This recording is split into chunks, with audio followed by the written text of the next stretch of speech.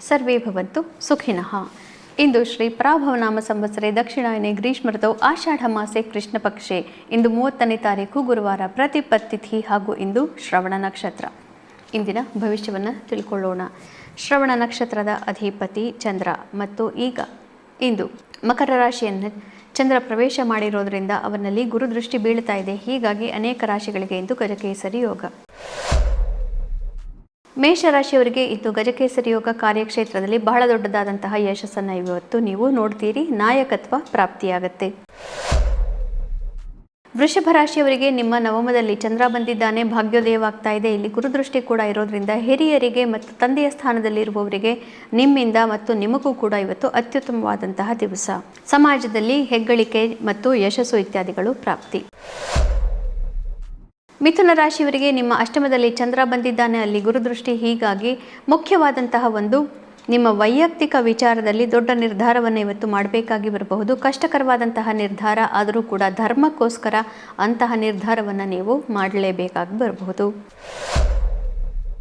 ಕರ್ಕ ರಾಶಿಯವರಿಗೆ ನಿಮ್ಮ ಸಪ್ತಮದಲ್ಲಿ ಗಜಕೇಸರಿ ಯೋಗ. ಹೀಗಾಗಿ ನೀವು ಯಾರ ಜೊತೆ ಪಾರ್ಟ್ನರ್ಶಿಪ್ಪನ್ನು ಮಾಡ್ಕೊಳ್ತಾ ಇದ್ದೀರಿ ಅಂತಹವರಿಂದ ನಿಮಗೆ ಇಂದು ಲಾಭವಾಗುವ ಸಾಧ್ಯತೆ, ಅವರಿಗೆ ನಿಮ್ಮಿಂದ ಒಳ್ಳೆಯದಾಗುವ ಸಾಧ್ಯತೆಗಳು. ಸಿಂಹರಾಶಿಯವರಿಗೆ ಷಷ್ಠದಲ್ಲಿ ಚಂದ್ರ ಇದ್ದಾನೆ ಮತ್ತು ಅದರ ಮೇಲೆ ಗುರುದೃಷ್ಟಿ ಬೀಳ್ತಾ ಇರೋದ್ರಿಂದ ಇಂದು ಧಾರ್ಮಿಕವಾಗಿ ಯಾರು ಜೀವನವನ್ನು ಮಾಡ್ಕೊಂಡಿದ್ದಾರೋ ಅಂತಹ ಜನಗಳ ಜೊತೆಗೆ ನಿಮಗೆ ವೈರತ್ವ ಸಾಧ್ಯವಾಗ್ತಾ ಇದೆ. ಹೀಗಾಗಿ ಕಷ್ಟವಾಗಬಹುದು. ಆಧ್ಯಾತ್ಮದಲ್ಲಿ ಇರುವಂತಹ ಜನರಿಂದ ದೂರವಿರುವುದು ಒಳ್ಳೆಯದು. ಕನ್ಯಾ ರಾಶಿಯವರಿಗೆ ನಿಮ್ಮ ಪಂಚಮದಲ್ಲಿ ಚಂದ್ರ ಇದ್ದಾನೆ, ಅವರ ಮೇಲೆ ಗುರುದೃಷ್ಟಿ. ಹೀಗಾಗಿ ಮಕ್ಕಳಿಗೆ ಬಹಳ ಒಳ್ಳೆಯದಾಗತ್ತೆ ಮತ್ತು ಪ್ರೇಮ ಪ್ರೀತಿ ಪ್ರಕರಣಗಳಲ್ಲಿ ಧಾರ್ಮಿಕವಾದಂತಹ ನಿಲುವನ್ನು ನೀವು ತಗೊಳ್ಳೋದ್ರಿಂದ ಇಂದು ನಿಮ್ಮ ಪ್ರೇಮ ಪ್ರೀತಿ ದಾಂಪತ್ಯ ಪ್ರಕರಣಗಳನ್ನು ನೀವು ಕೆಟ್ಟ ತೊಂದರೆಗಳಿಂದ ನೀವು ನಿಭಾಯಿಸಿಕೊಳ್ಳುವಂತಹ ಶಕ್ತಿಯನ್ನು ಪಡೆದುಕೊಳ್ಳಬಹುದು. ಇಲ್ಲದೆ ಹೋದರೆ, ಧಾರ್ಮಿಕವಾಗಿ ನಡೆಯದೇ ಇದ್ದರೆ ತೊಂದರೆಗಳಾಗುವ ಸಾಧ್ಯತೆ ಹೆಚ್ಚು.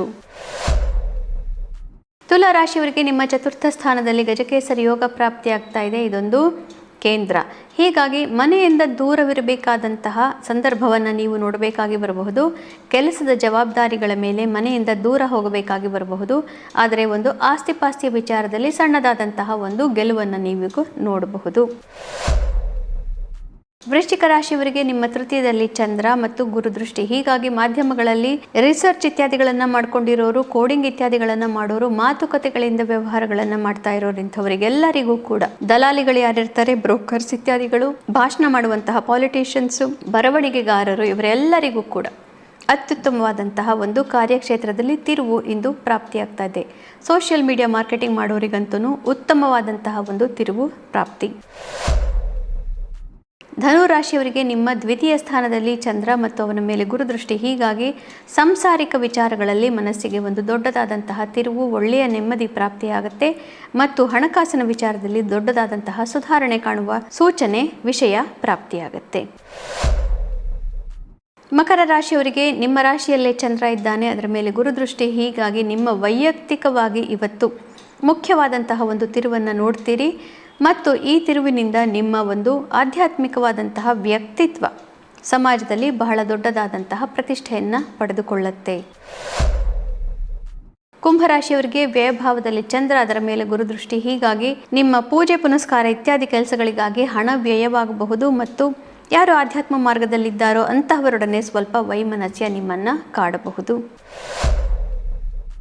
ಮೀನರಾಶಿಯವರಿಗೆ ನಿಮ್ಮ 11ನೇ ಲಾಭ ಸ್ಥಾನದಲ್ಲಿ ಚಂದ್ರ, ಅವನ ಮೇಲೆ ಗುರುದೃಷ್ಟಿ. ಹೀಗಾಗಿ ಗುಂಪುಗಳಿಂದ ದೊಡ್ಡ ಯಶಸ್ಸು, ಮನಸ್ಸಿಗೆ ಅತಿ ಹೆಚ್ಚಿನ ನೆಮ್ಮದಿ, ದೊಡ್ಡದಾದಂತಹ ಧನಾಗಮವಾಗುವಂತಹ ಸಾಧ್ಯತೆಗಳೂ ಕೂಡ ಮತ್ತು ಇಷ್ಟಾರ್ಥ ಸಿದ್ಧಿ, ದೊಡ್ಡದಾದಂತಹ ಆಸೆ ನಿಮ್ಮದು ಇಂದು ನೆರವೇರುತ್ತೆ. ಪುನಃ ನಾಳೆ ಭೇಟಿಯಾಗೋಣ. ಅಲ್ಲಿವರೆಗೂ ಗೀತಾ ಶ್ಲೋಕಗಳ ಶ್ರವಣ ಪಠಣ ಮನನ ಲೇಖನವನ್ನು ಮಾಡೋ ವಿಚಾರವನ್ನು ನಿಮ್ಮ ಪ್ರೀತಿ ಪಾತ್ರರಿಗೂ ಬಂಧು ಮಿತ್ರರಿಗೂ ಹೇಳೋದನ್ನು ಮರಿಬೇಡಿ. ಶುಭಮಸ್ತು. ಶ್ರೀ ಕೃಷ್ಣೋ ವಿಜಯತೆ.